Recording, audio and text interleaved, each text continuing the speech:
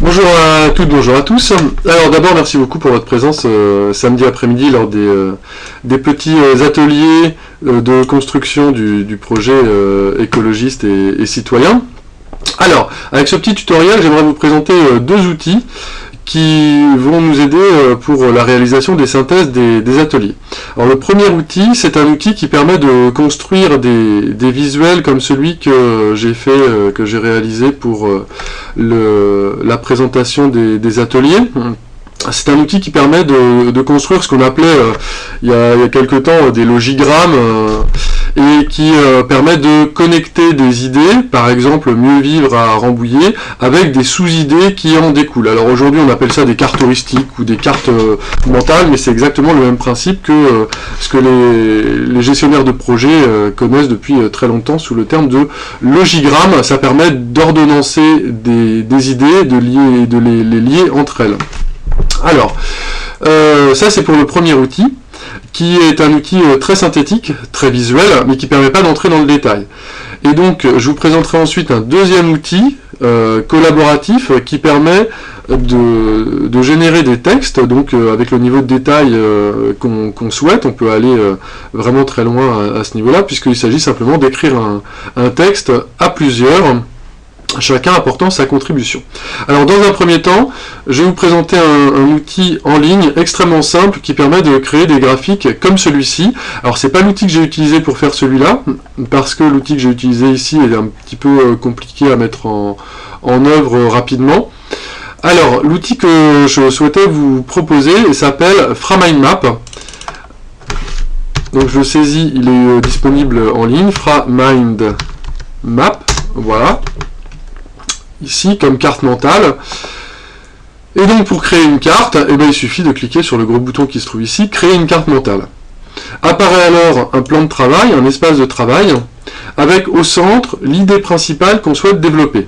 Alors forcément, ici j'ai pas envie de laisser idée principale sous cette forme, je vais lui donner un nom à cette idée principale, et pour la création de cette carte, je vais reprendre l'exemple de l'atelier auquel moi j'ai participé, qui concernait l'école.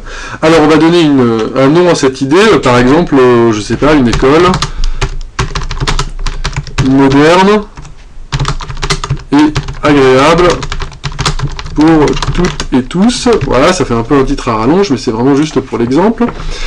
Et on va ensuite lier à cette idée principale les thématiques qui ont émergé lors de l'atelier et qui permettent de mettre en place une école moderne et agréable pour toutes et tous.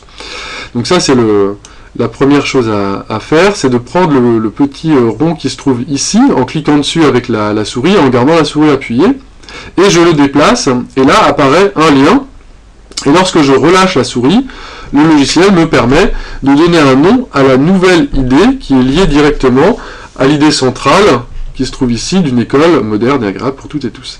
Donc ici je vais pouvoir donner un nom à cette nouvelle idée, par exemple bien manger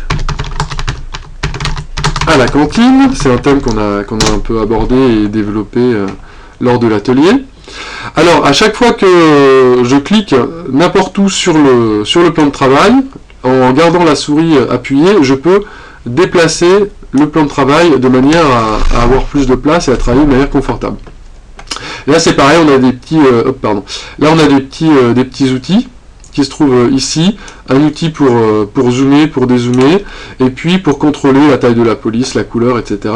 Donc si ça prend trop de place sur l'espace de travail, on peut les réduire ici, voilà, et ils se placent en bas de la fenêtre, on peut les faire réapparaître ici, voilà.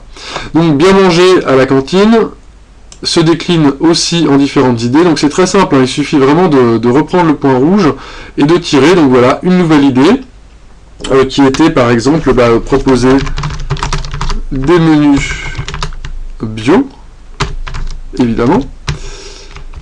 Hop, j'ai fait une petite faute, donc en plus j'ai le correcteur orthographique dessus.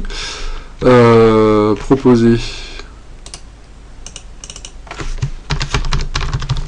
Voilà, et je valide en entrée, et j'ai ma sous-idée, je ne sais pas si on peut dire une sous-idée, qui est maintenant fixée sur le plan de travail. Alors si je veux décliner à nouveau bien manger à la cantine, il suffit que je clique dessus, de manière à le valider, et le point rouge réapparaît, et je peux à nouveau lier de nouvelles sous-idées à ce thème bien manger à la cantine. Je le resélectionne, à nouveau, je peux tirer, je sélectionne, je peux tirer, etc., etc. Je peux également resélectionner l'idée principale pour faire apparaître une nouvelle sous-idée qui était liée, de même niveau que bien manger à la cantine. Je double-clique dessus pour surligner le texte, et là je peux changer le titre. Ça pourrait être, qu'est-ce qu'on avait parlé, on avait parlé des déplacements également. Donc voilà, des déplacements, donc ça c'est allié avec le thème urbanisme et paysage et déplacements. Des déplacements école, maison, agréable et sûr. Voilà, hop, je marque ça comme ça vient. Je valide. Et j'ai maintenant une deuxième idée qui est liée à l'idée principale, une école moderne et agréable pour toutes et tous. Et donc, lorsque je place la souris dessus, j'ai à nouveau un petit point rouge qui me permet de décliner ceci en sous-idée. Voilà, comme ça. Et puis, je peux déplacer également, si je veux rendre les choses un peu plus jolies, je peux faire un peu ce que je veux. Voilà, ça, je peux le remonter, le descendre. C'est un outil qui est vraiment extrêmement souple. Bien, alors une fois que la carte nous plaît, qu'elle est terminée pour cette séance, il va falloir la sauvegarder. Donc là, on va dire que cette carte me plaît, ou en tout cas que je veux sauvegarder cet intermédiaire. Donc ici, il suffit d'aller sur carte mentale, de l'enregistrer. Je clique donc sur enregistrer, et je vais l'enregistrer dans un fichier. Et c'est ce fichier que je vais pouvoir envoyer par mail à toutes les personnes avec lesquelles je souhaite collaborer sur cette carte. Donc je fais enregistrer, et puis là on choisit un répertoire classique, hein, comme pour enregistrer n'importe quel fichier. Donc par défaut, vous voyez que l'outil propose le nom de l'idée principale comme nom de fichier, une école moderne et agréable pour toutes et tous. Donc je fais OK, et voilà, la carte mentale est enregistrée. Donc maintenant je peux fermer ici cette fenêtre, il me demande de confirmer. Comme ça, si jamais j'ai oublié d'enregistrer, je peux le faire à ce moment-là. Je quitte la page. Et lorsqu'il va s'agir d'aller ouvrir à nouveau cette carte mentale, donc là je viens d'ouvrir une nouvelle fenêtre internet, lorsqu'il va s'agir d'aller ouvrir cette carte mentale, soit que j'ai moi-même créée, soit que j'ai reçu par mail de quelqu'un qui l'a créé ou qui l'a modifié, il suffit de retourner sur FraMindMap, créer une carte mentale, et ici, dans carte mentale, je vais ouvrir le fichier que j'ai reçu par mail ou que j'ai enregistré sur mon propre ordinateur. Et la carte que j'ai enregistrée réapparaît et je peux à nouveau la modifier. Voilà, nouvelle idée.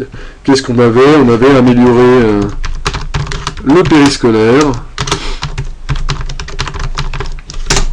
Je valide et je peux continuer à travailler sur ma carte.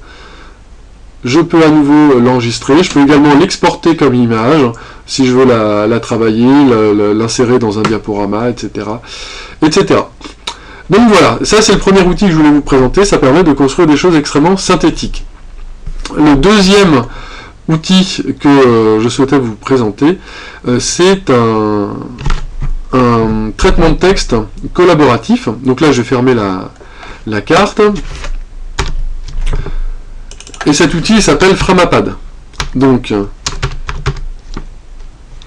je tape framapad.org. Donc voilà, l'adresse elle est ici, tout est libre et en ligne. Et je vais créer un pad. Alors qu'est-ce que c'est qu'un pad? Eh bien un pad c'est simplement un espace sur lequel on peut créer du texte pour partager des idées, partager un texte. Donc ici, lorsqu'on crée un pad, de base, on trouve un petit texte introductif.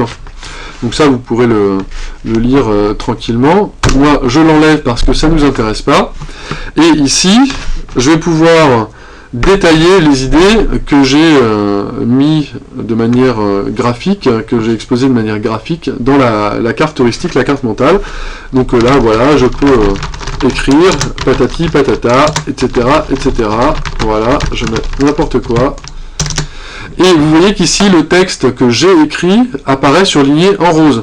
Lorsque quelqu'un va venir modifier ce texte ou faire des ajouts, il va apparaître avec une couleur qui sera liée à la personne en question. Et puis ici, si je veux, je peux modifier la couleur avec laquelle j'apparais. Donc voilà, David, parce que moi j'ai un compte sur Framapad, David apparaît en rose. Alors, pour partager un pad, ici c'est pas compliqué, par défaut c'est un pad public, alors on peut le rendre privé, on peut générer des permissions, c'est un petit peu compliqué. Je pense que le plus simple pour nous, c'est de simplement utiliser l'adresse qui se trouve ici, et qui est l'adresse de diffusion du pad en question. Donc là par contre il faut surtout pas oublier de sauvegarder cette adresse quelque part, de la copier-coller, de la mettre dans un mail et puis de l'envoyer. Donc à partir du moment où une personne possède cette adresse, elle peut sans souci se connecter au pad et le modifier. Et puis on a ici une fenêtre qui est une fenêtre de chat pour rajouter des commentaires au pad. Donc si par exemple ici je veux prévenir que c'est moi qui suis en rose, je peux marquer coucou en rose, c'est David. Je vais mettre une majuscule. Et voilà, ici, on va voir apparaître, dès qu'il aura réagi, on va voir apparaître un petit commentaire, coucou, c'est David, en rose. Et donc ici, on peut structurer un texte détaillé, reprenant les idées fortes de la carte mentale qui se trouve ici. Donc je peux la rouvrir, par exemple, pour travailler avec les deux en même temps. Donc voilà. Là, je peux faire... Dans le Framapad, je peux faire un paragraphe qui reprend l'idée des déplacements école-maison agréable et sûr, et puis qui décline les différentes propositions, les personnes qu'il faudrait contacter, le chiffrage qui se trouve à faire, la liste des écoles, les points particuliers, etc. etc. Tout ça, ça peut être détaillé dans le pad. Voilà, amusez-vous bien, collaborez bien, et merci beaucoup pour votre attention. À bientôt.